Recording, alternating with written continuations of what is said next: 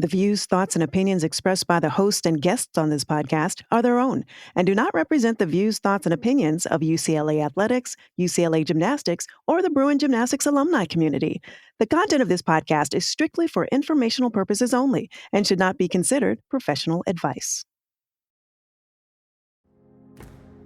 He said when he was in his little cell and he could see a sliver of the sky, he was so grateful to be able to see that sliver. And we live at a time now where research and brain research has shown us that the brain does chemically change when we infuse gratitude. And it is a choice. It's not just something that happens. Welcome to the Bruin Gymnastics edition of the Resilience to Brilliance podcast, where you'll be inspired by riveting behind-the-scenes stories of UCLA gymnastics legends. I'm your host, Kim Hamilton Anthony. Here we go.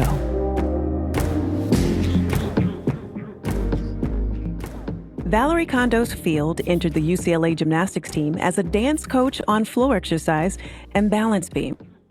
37 years later, she retired from being the head coach after winning multiple national titles and Coach of the Year awards. It was a lot of fun sitting down with my former dance coach from 30-something years ago and discussing some key actions she took to propel her on her journey of resilience.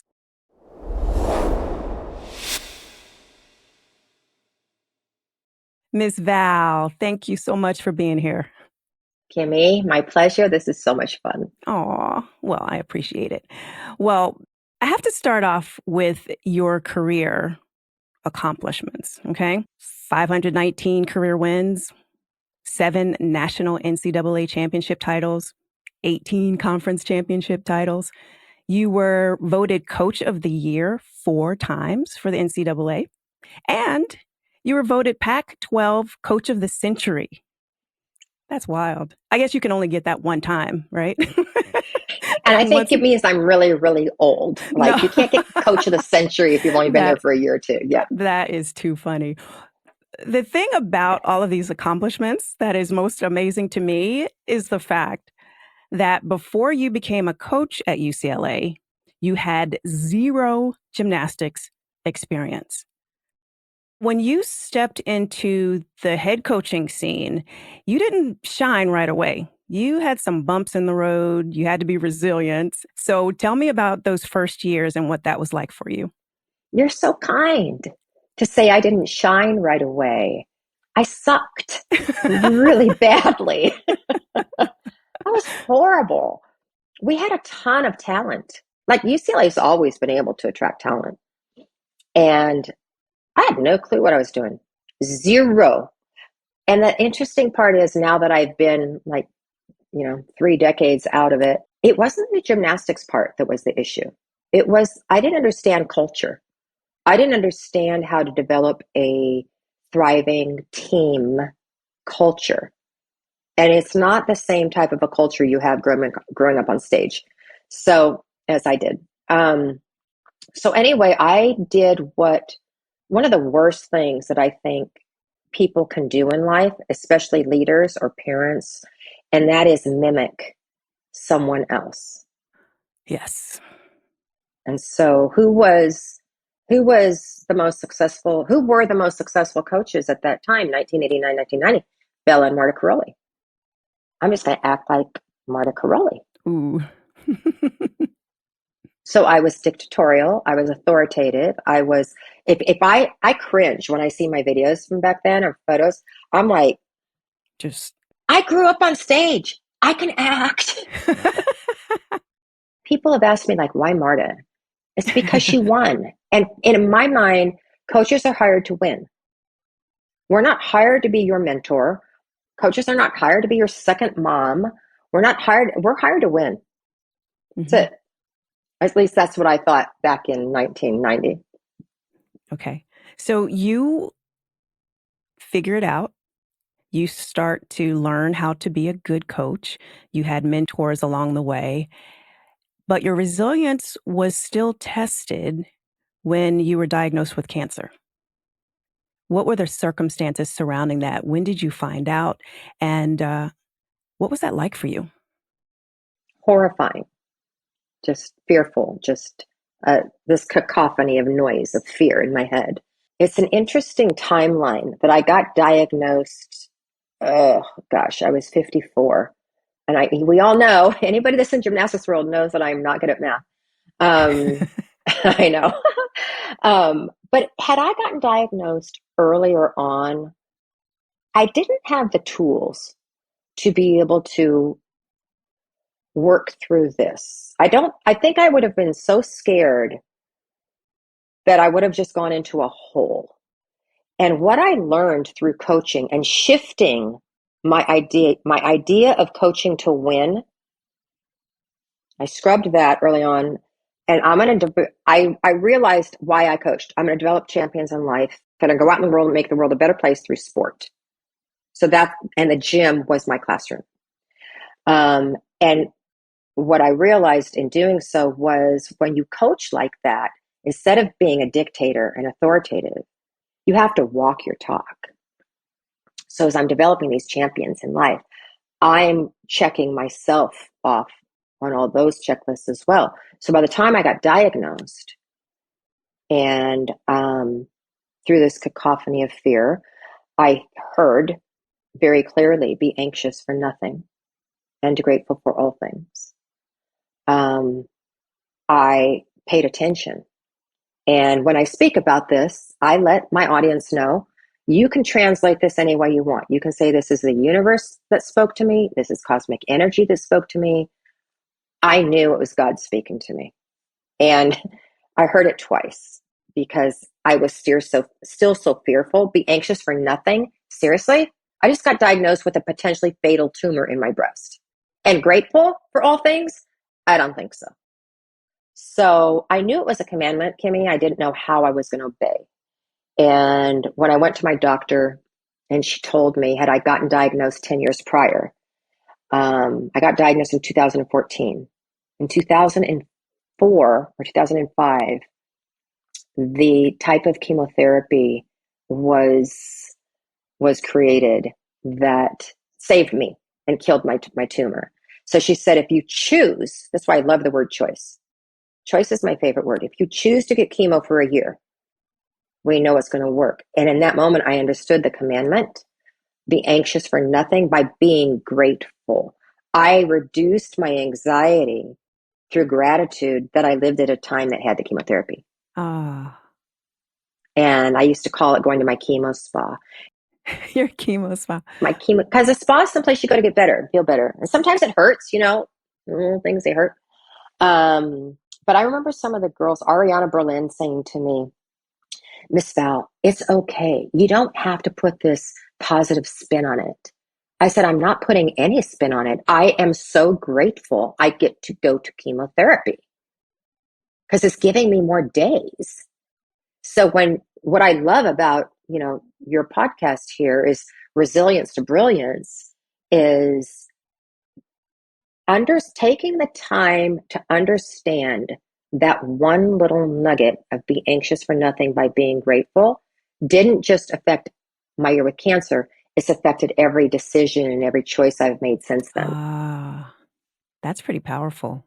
Mm-hmm. What kind of person were you before cancer, and how did cancer change you? I've interviewed several people who've had cancer, and they talk about the change that takes place in them as a person. What was that like for you? Or I can't assume that happened, but I can imagine that in addition to the things that you just shared, maybe you changed as a person, and if so, Mm-hmm. how?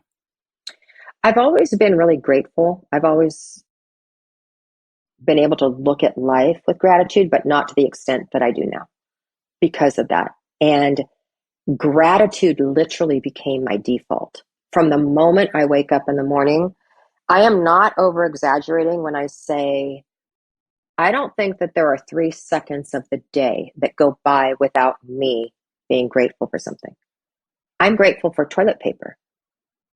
I'm grateful, literally, Kimmy, when I go to bed at night and when I wake up, the first thing that goes through my brain is, I am so grateful for the safety, the security, the warmth of my bed. Mm. And it's literally become my default. As I think about that, I'm a very grateful person as well because of my own resilient story. I've been through so much and I'm just grateful to be here. I'm grateful to be looking at you right now and having this conversation. I'm grateful to be alive because there were plenty of opportunities for something different to happen. But as I heard you talk about that gratefulness, I thought about all the people who spend more time complaining and searching out the faults of others and the faults in themselves and how toxic that is. So, what do you say to the person who is just living in that toxic space? Maybe they want to get out of it. Maybe they've tried, but just don't know how to. How would you advise them to become more grateful? How do they do that? I know you had cancer that helped you. You had the chemo that helped you and you were able to see that. But how do others see that when they may not have something as important as you experienced? I do feel that gratitude is the great elixir. I would go on a limb here and say all of the people that think negatively, speak negatively, want to tear other people down, all that, they're hurting. It's not coming from a place of health and strength. It's coming from their past history and their trauma and their triggers. And in any situation in life, if you are alive, there is something to be grateful for. And I know right now, we don't have to look far to see what's going on in our world. But I think about that all the time. I think about the people that are sex trafficked. I think about people who are prisoners. I think about all this. And I've read books, like one of the best books out there is Man's Search for Meaning by Viktor Frankl, who was a prisoner of war in World War II. And his beautiful book is all about choice. And he said when he was in his little cell and he could see a sliver of the sky, he was so grateful to be able to see that sliver. And we live at a time now where research and brains research has shown us that the brain does chemically change when we infuse gratitude. And it is a choice. It's not just something that happens. It's like I've had people tell me, I'm just not a very grateful person. It's like, well, we're not born grateful. It's a choice. And so and it's like, I always like, especially with younger people, I had this darling little girl the other day say to me, I just can't help it when my mind goes to mean girl. I'm like, okay, let's talk this through. And so I just had her put, different thoughts in her brain, especially of gratitude, of the fact that you have friends, of the fact that you do get to go to school. And I said, is your brain thinking negatively right now of mean girl? She goes, no. I go, that's, I explained to her what an elixir was. I'm like, that's the great elixir. Mm. That is interesting. I have a very funny story, considering this is a UCLA podcast, gymnastics podcast. Nikki Shapiro is one of the most wise, intelligent, fun humans I ever got to coach. And her freshman year, she wasn't going to class. And so I call her in my office and I say, Just not Nikki, going? Just not going. okay. Mm-mm. We trained in the morning. We trained like 7:45, 8, then we're done 11. Then they have to walk up to their dorm and change or shower. Then they have to walk All across the way back. campus to go to class. Mm-hmm. And so I call her in my office and I go, Nikki, I just don't get it. Are you that arrogant that you don't think you need to go to class? Are you that ignorant that you don't understand what going to class does for you? And she looks at me, she goes, no, Miss Val, I think it's something else. I'm just lazy. I don't want to walk up to my dorm to get changed and then walk back all the way down. And I went, and I didn't say anything. And she says to me, what are you thinking? And I said, honestly, I'm thinking about those 250 girls I heard this morning on the news were abducted by the Taliban and what they would think if they heard you say, you're too lazy to walk to class. Mm. And so she was like, okay, got it. And then literally about 6 weeks later, I was out to dinner with her mother and her mother gets this text and she goes, what's my daughter talking about? She's going to her class tonight, even though she's really tired because of all the girls around the world that can't go to school. I'm like, Oh, yes, she listened. She you heard go, you. Nikki. She heard you.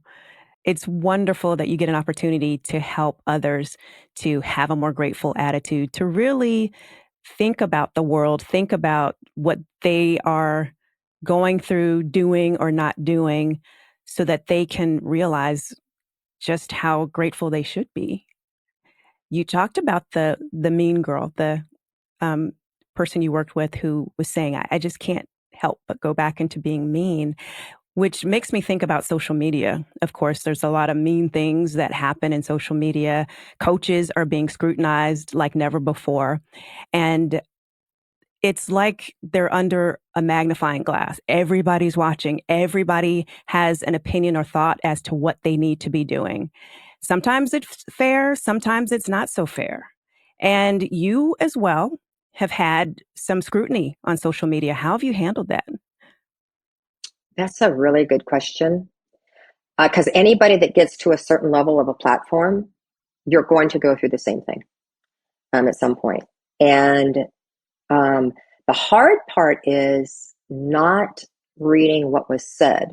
The hard part is not having a platform to discuss and to not to say, yeah, but to discuss the situation.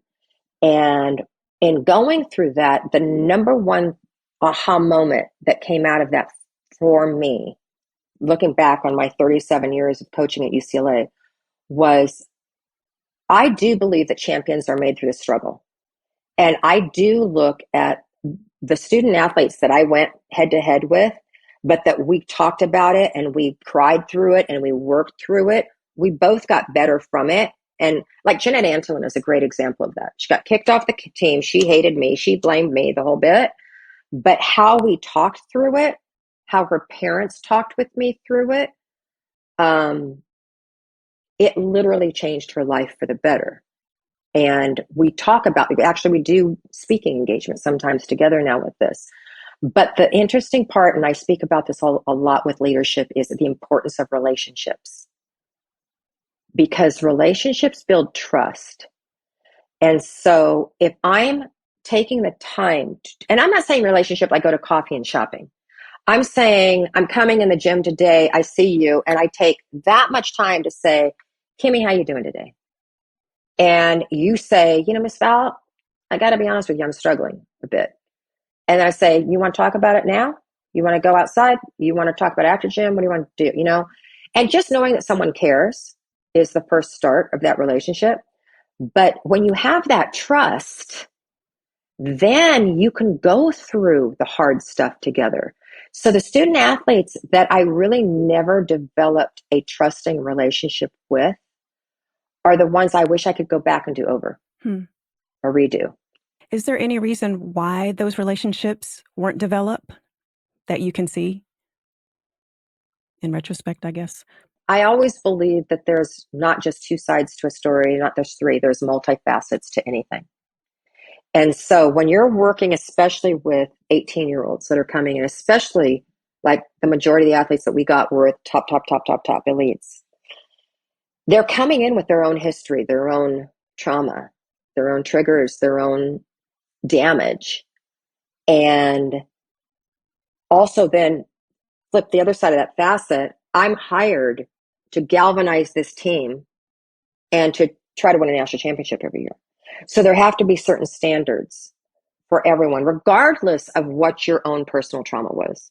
So I can only speak to myself. I wish, I can't remember the saying about whatever is wasted on the young, wisdom or whatever, but I wish that I could go back because I'm going to say the majority of the student athletes I coached, I had a great relationship with, to this day, do. I wish I knew then what I know now about the importance of just calling that person in my office and sitting there and saying, okay, we're at a rub. There's friction. What would you like me to know? And I'm giving you the space to say anything you want. And then just shut up and listen. Regardless of what they say, I don't have to answer. Just say, I hear you. So being available and Hmm. just allowing someone to speak their minds, so to speak, Hmm. hopefully respectfully, of course. Hmm. Hmm. I had a wonderful, this reminds me of the conversation I had with Hallie Mosette. Actually, I had it with you as well, um, 4, 5 years ago, with George Floyd and the Black Oh, Lives Matter okay. movement Hmm. and all of that. And I called you, I called quite a few of the Black student athletes that I coached. And Hallie Mosette was amazing because she said, I want to share with you some things that you said that were hurtful. And she gave me an example. And my intention was not to be snarky or funny or hurtful or anything. Hmm. It was to help her in that situation. And she said, I can understand that. But in the moment, it was really hurtful. Mm. And we had an hour and a half conversation about this. It was so wonderful to be able, like I said, with social media, the problem is it's not even a rebuttal. There's no ability to respond. And And so have when that. we had that, we responded and I apologized. And she flat out clearly said, Miss Val, I accept your apology. And we have the best relationship now. That was a very difficult time for a lot of us. And I think about just resilience overall. And you talk about the relationships. I believe it's very difficult to be resilient in isolation.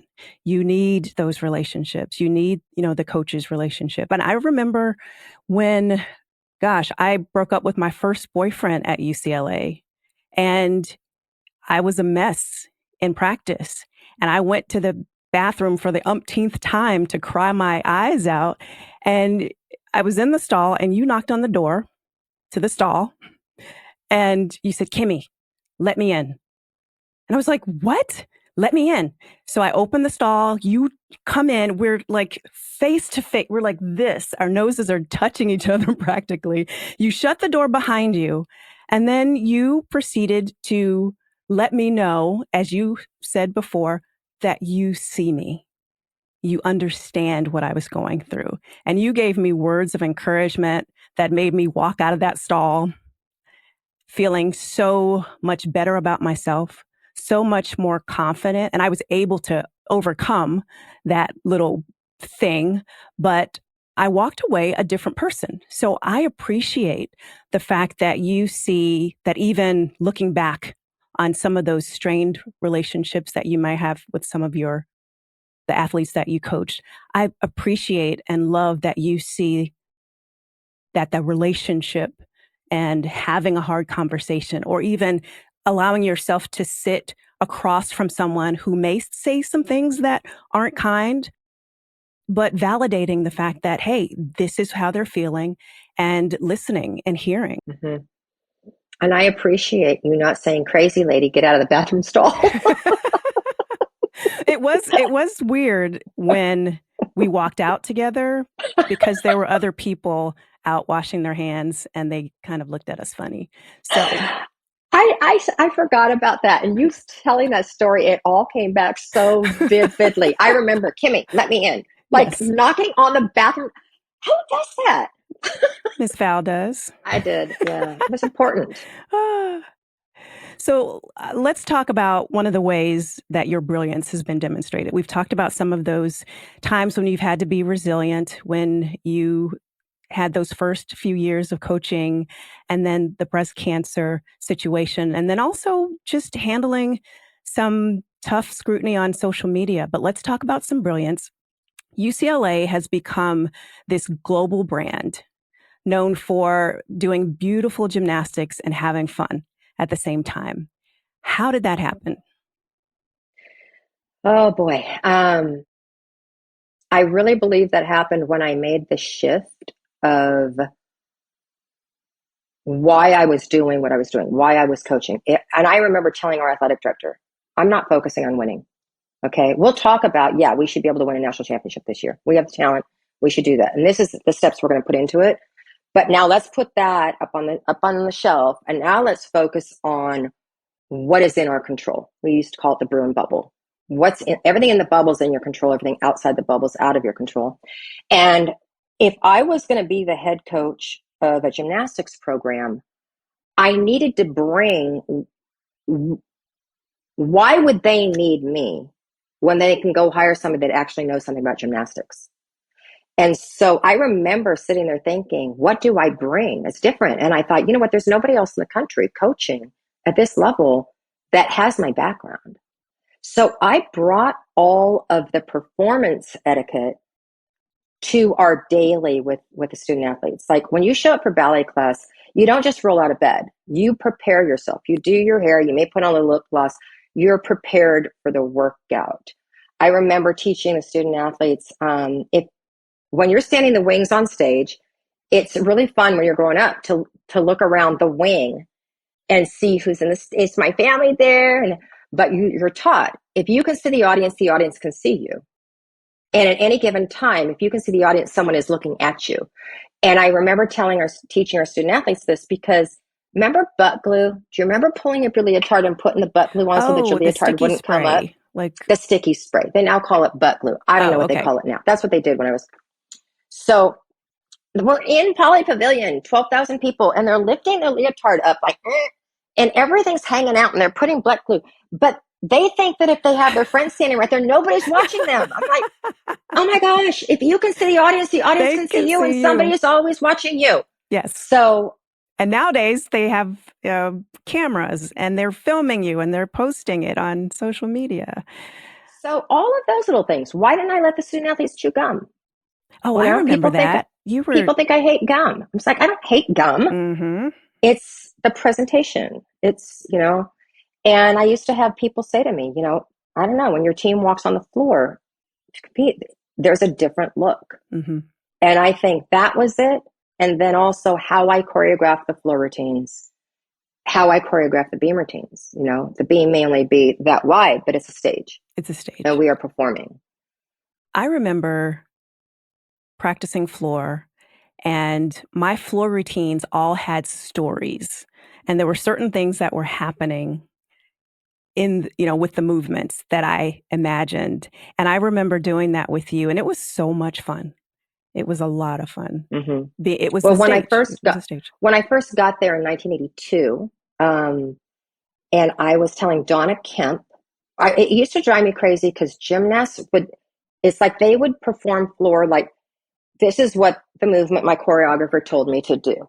There was no emotion and feeling and energy behind it.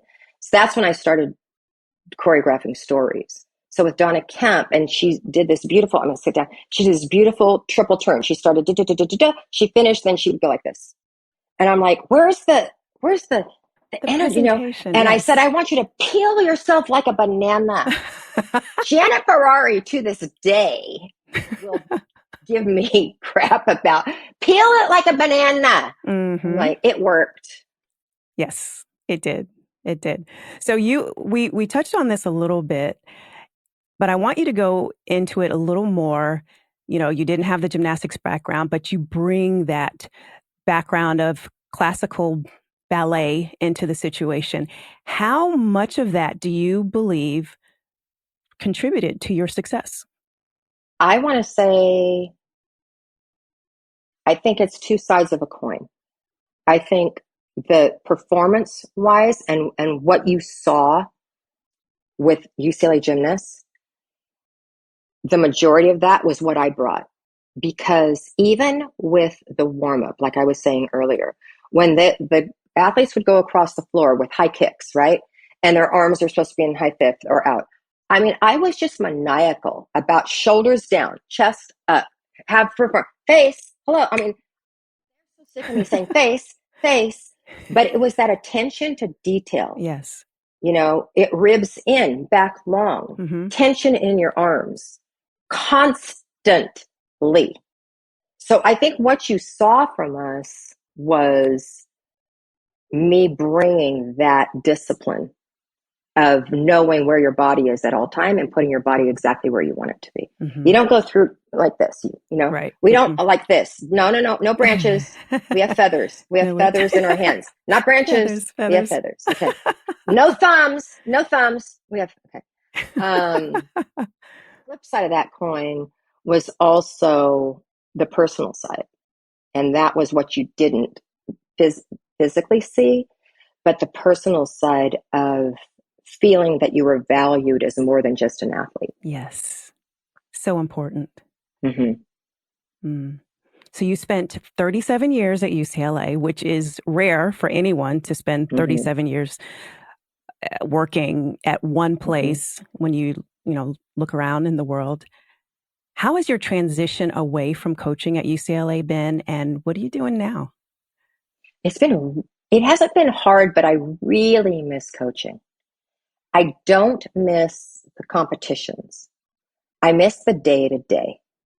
I miss, like I say all the time, champions are made in the struggle.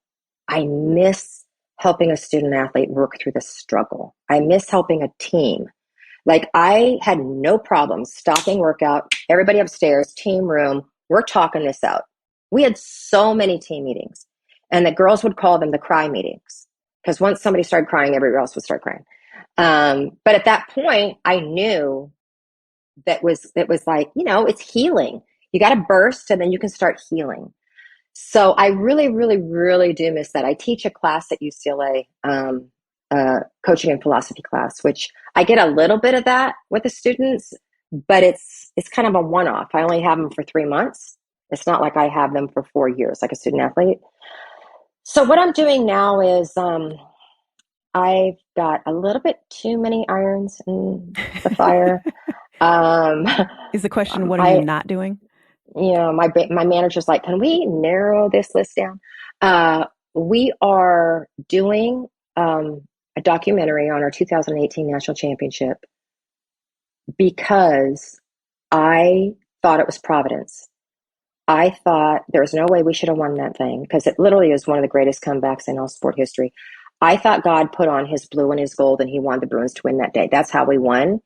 And as I am dissecting it, I'm realizing it was actually the pillars that we had put in place for the foundation that became a really strong cultural foundation for us.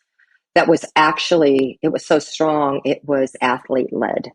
Like the athletes held each other accountable. The athletes held us accountable. It was that. The mortar of all that was love and love for each other, love for the sport. Pang talks about that a lot. So we're doing that documentary. I'm teaching the class at UCLA. I am doing a lot of speaking on my story and how I went from being this authoritative dictator to a transformational type of coach. Everything I did wrong and everything that I started to do right.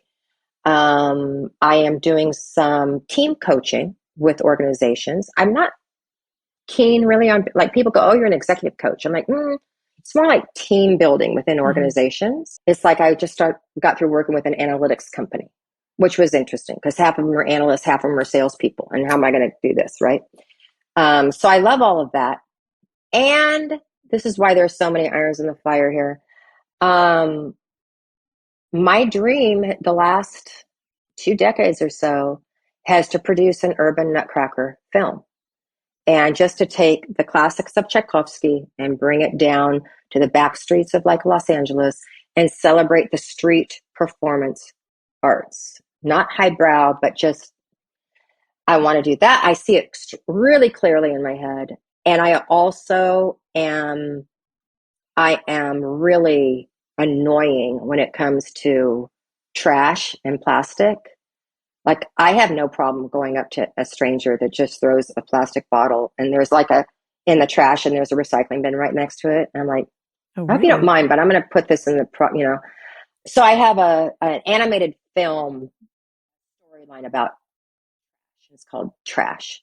Isn't that great marketing? Could you imagine the marketing for that? Trash. Trash. Well, that is a lot, Miss Val. But if anyone can handle all of those irons in the fire, it is you. Thank you. I Thank appreciate that. you. Well, I have one final question for you, and that is, what does living in brilliance mode look like for you? That's a great question. I think that I would love to hear a compilation of all of the answers from the people that you have on here.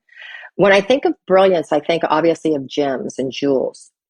Yes. But in order for them to shine, they need light from the outside. But when I think of personal brilliance, it's that light from the inside. And that light is my purpose, my calling. It's why I was created. It's the spirit that's inside of me, that energy. And when my work, my actions, I'm not even going to say are in alignment with that light. When my work is generated from that light, why I was created, that's when the work is brilliant and it shines. Wonderful. Well, Miss Val, thank you so much for joining me. It has been a hoot, a blast, and all that. I know. And we need to do a whole blooper section. We need to do a blooper section of we need to do a Kim Hamilton Anthony blooper section. Okay. Of all the Kimmy stories. Oh, yeah. Oh, goodness. We're going to get Tanya Service Chaplin and Jill Andrews and myself and work. Okay. All of you I'm listeners scared of that. out there. That is just way too scary to think No, about all that. of you listeners out there, when you listen to this, I really want you to send back a reply. I'm looking all over because I don't know where I'm looking at my listeners. Okay, I'm looking at you. I want everybody to send a reply. Just say like KHA, yes. You're not funny, edit Miss that Val. part out either. Okay. I know. I got the edit button. No, I'll leave it in. But that is just way too scary. We'll see what happens. Oh, I think it sounds fun. Of course you We'll do. tell more bathroom stories. I mean, it was a great story, bathroom right? stories. There you go. All right. We're going to tell the story about you falling off a beam. No, we're not going there. Janet Jackson was staring right at you. We're going to tell that story. Okay, Miss Val, it's been great having you here. It's time to go. I love you, Miss Val. I love you too. Thanks for doing this. Thank you.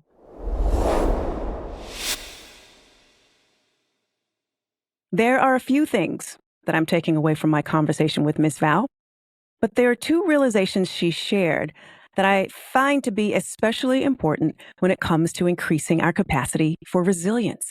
The first was that gratitude is a choice. How easy is it for us to focus on the challenges, the setbacks, and the negative things in our lives, and take all of that good stuff for granted? Sometimes we don't even realize how blessed we are until those blessings get blown away by circumstances.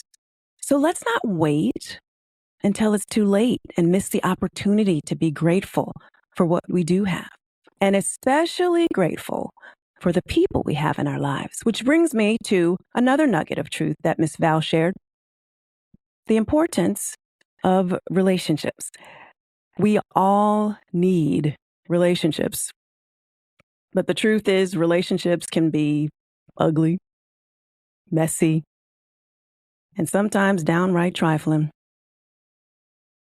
And sometimes relationships can be so frustrating that you just want to take your ball and go home. We wound each other. More often, it's not on purpose, but sometimes we do it intentionally because we're hurting and we want others to hurt with us. Or maybe because someone has done us wrong and we want to pay them back for the pain they've caused us. But there's something about forgiveness that enhances our ability to be resilient. Unforgiveness keeps us stuck. It keeps us stuck in those funky situations as we hold on to our anger and refuse to let it go.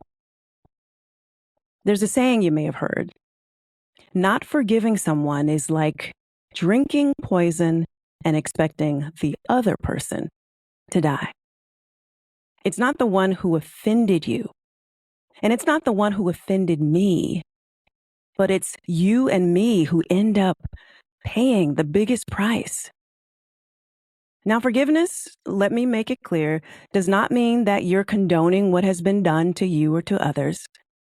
And it doesn't mean that you're letting them get away with it, or that you continue to allow someone to hurt you time and time again.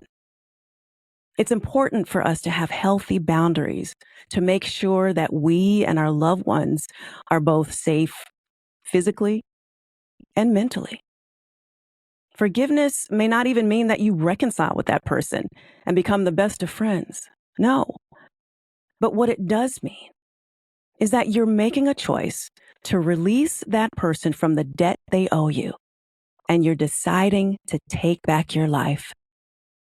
And you're refusing to continue to allow that person to control your emotions, your actions, and maybe even what you think about yourself. So how do you think our joy levels would change if we chose to be grateful instead of hateful? And what would our lives look like if we decide to set ourselves free by forgiving the one who has hurt us? And by leaning into those healthy relationships we have with others in our lives? Who knows? It might just set us free.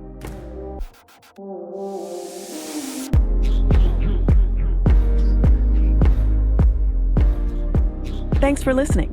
If you want to find out more about Valorie Kondos Field, check out our show notes on inbrilliancemode.com/podcast. And to connect with Bruin Gymnastics alumni on Instagram, follow us at UCLA Gym Alumni.